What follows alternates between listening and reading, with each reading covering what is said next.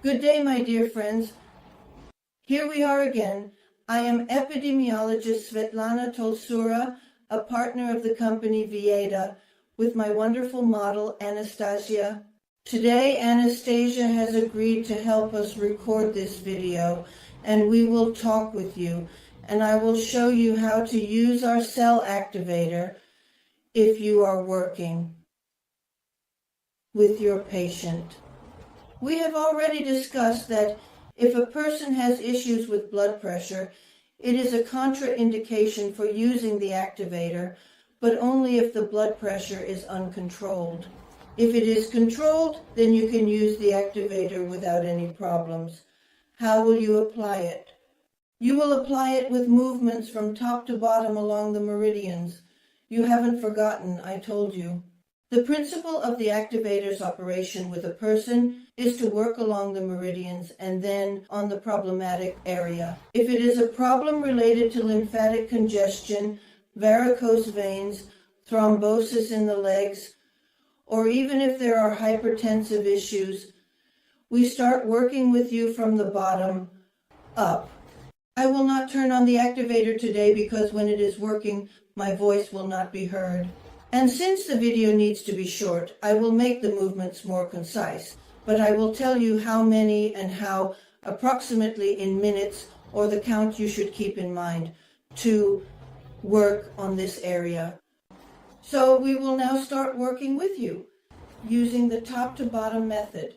The first thing we do is simply open the seventh chakra, and that is, opening the seventh chakra involves 8 clockwise movements. The movements should be slow. You can either work with continuous movements or with shell-like movements, whichever you prefer. Then you need to work on the front and middle meridian. We start working from the middle of the head, the model's eyes are closed, and move down along the front and middle meridian. Again, there should be 8 passes like this. We count going down but not going up. Again, either continuous strip passes or shell-like passes. After we have worked with the front and middle meridians, we move on to working with the back and middle meridians. So let's proceed to work with the back and middle meridians. We start working from the middle to the top of the head and also along the back and middle meridians. We go up, count. We go down, count the movements. Do not count going up. So 8 times, either with continuous movements or with shell-like movements. And now we will ask our model to lie down. Please, Nastia, lie down. So you can, if you want, continue working while sitting.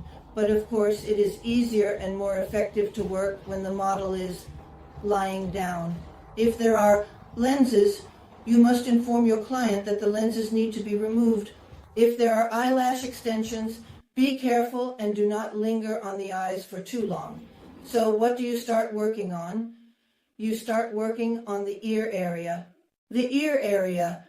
The ear is a reflex zone, and there are many points here that are connected to our internal organs. We work clockwise, either with a shell motion or with continuous movements. 8 and 8. Then, during the second, third, fourth, and fifth sessions, you can move to working for half a minute and even extend it to a full minute. Working with the eyes, be sure to remove the lenses. And if there are eyelash extensions, be careful as well, because under the heat, both the lashes and the glue can melt. Therefore, it is not recommended. If there are false eyelashes, it might be better to avoid the eyes. But if not, if you can work, then you work by moving it away, bringing it closer, moving it away, bringing it closer. For half a minute, count to 30 for each eye, bringing it closer and then moving it away, bringing it closer and then moving it away. You can also work with a strip. Then you move to the submandibular lymph nodes and direct the lymph where? To the subclavian lymph nodes and the axillary ones.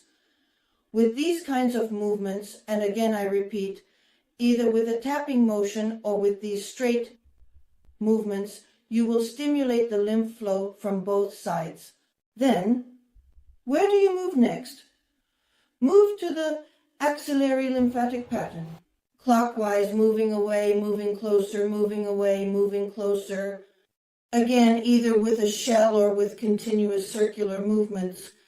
Gently and carefully work on both armpit areas, thoroughly covering the area of the armpits. Then move to the central cisterna pecklet. Here we work with you even from the first session for a minute, and then you will add all the other sessions that you will do for 10 minutes. 3 minutes. Again, you can either work with shell-like movements or with circular movements, removing the approach. That is, as you prefer. Once you have worked on the cistern, you move on to working on the arm. That is, you work with the inner side of the hand, as there are many, many meridians passing through here.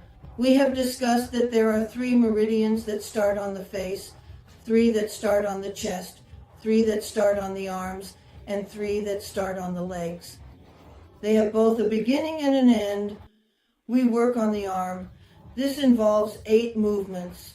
We make sure to pause on the palm, on the very large reflex zone, and go through each finger. Then we move along the arm.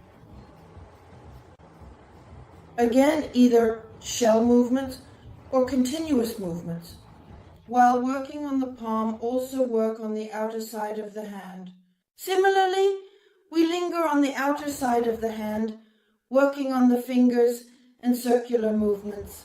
If there are heart problems, for example, if there is a pacemaker, this is generally a contraindication. If there is bypass surgery, people who have had a heart attack and have bypass surgery, we need to understand that we can only work from the diaphragm down and can work with the palms. That is, with the hands both on the back and on the outer side of the hand, but we do not go over the chest. That is, we only work with the hand there, back. Again, the inner part and the outer side of the hand, one and the other. That is, we do not go there. We do not make circular movements on the chest. Next, we move on to the inguinal lymph nodes, and the same applies. Or continuous movement for 30 counts, counting to 30 in half-minute intervals, or small bites. That is, although I am now demonstrating on one side, we work on both sides because we have 12 classical paired Chinese meridians. Additionally, they have pairs of 8 folic meridians. The only unpaired ones are the anterior, middle, and posterior. Therefore, we work on both sides. And now we will move on to the stomach meridian. It starts under the eye, from the eye and down to the second toe. Again, these are 8 movements. We go up, we count down. We count the movements down. Again, whether it is the shell movement, you ascend faster than you descend. To explain the concept in more detail, in this context, it is important to note that as a result of this phenomenon, you ascend faster than you descend. Or perhaps it is a smooth, continuous, and uninterrupted line. So you notice that my movement is actually much slower than when I move upwards, as you can see. Then we will work on the liver and all the spleen, ensuring everything is thoroughly examined. It starts with the elision at the inner corner of the thumb and the liver from the inside. Since we have a large nose, there is a very large release of negative anions. So by working with the thumb, we work on these 2 meridians. And they go through us, as these are certainly the yin female meridians, the meridians of the dense organs, and they are all internal and end in the armpit. Again, either circular movements with the shell or a continuous line. That is, we work on both legs. After that, you can also make a circular motion with your hand, moving it in a round pattern to complete the action. Now we will ask our model to turn over. We asked our model to turn over, and now we need to work on the longest meridian that runs along the back of our body, the bladder meridian. So, the bladder meridian starts right here, from the beginning of our eyebrow growth. And from From here we move parallel to the back and the middle in this direction, continuing onward. On the leg, on the little finger. This is what we are practicing with you. Meridian, hemochebules, Myserian. You can start like this, from the head. It is not necessary to start from the beginning of the eyebrow growth. Again, your movements will either be circular, like a shell, or you will move in a continuous line. This is how you work on the bladder meridian. You can also immediately work on the kidney meridian. That is, the point of the kidney meridian starts right here, from this point. That is, it also runs along the outer surface of the leg, as it is yang, hollow, and tubular. Oh, sorry, there are no kidneys. It goes internally because it is a kola, it is yin. That is, we move the hand only up to here, to the beginning of the glute. Why? Because from here, it already moves from the back surface of the leg to the front and goes along the front part of our body. When we were working on the stomach, we also touched on the kidney. So from here along the inner side, the legs go right up to the wings. We have worked on this with you, and then what do we absolutely need to do next? Work on the soul. It is a huge reflex zone with a very, very large number of points concentrated in it. And this zone naturally is connected to all internal organs. Therefore, here again, we start working first. We already begin working with 1 minute. And it is better to increase to 5 minutes. Again, either work with simple lines, steps, or work with circular motions. This is how we typically work if we are working with a model. Then we move on to problem areas. That is, if it is varicose veins or thrombosis, work with the legs. If it is elbows, hands, or shoulders, then work here. If it is the knees, work with the knees. That is, here I advise you to start working on the problem area from 3 minutes and above. That is, the first 2 to 2 sessions can be 3 minutes on the affected area. And then increase, you can and should definitely increase to 15 absolutely minutes working on the problem area. And here you can already switch from the first cold mode to the second mode.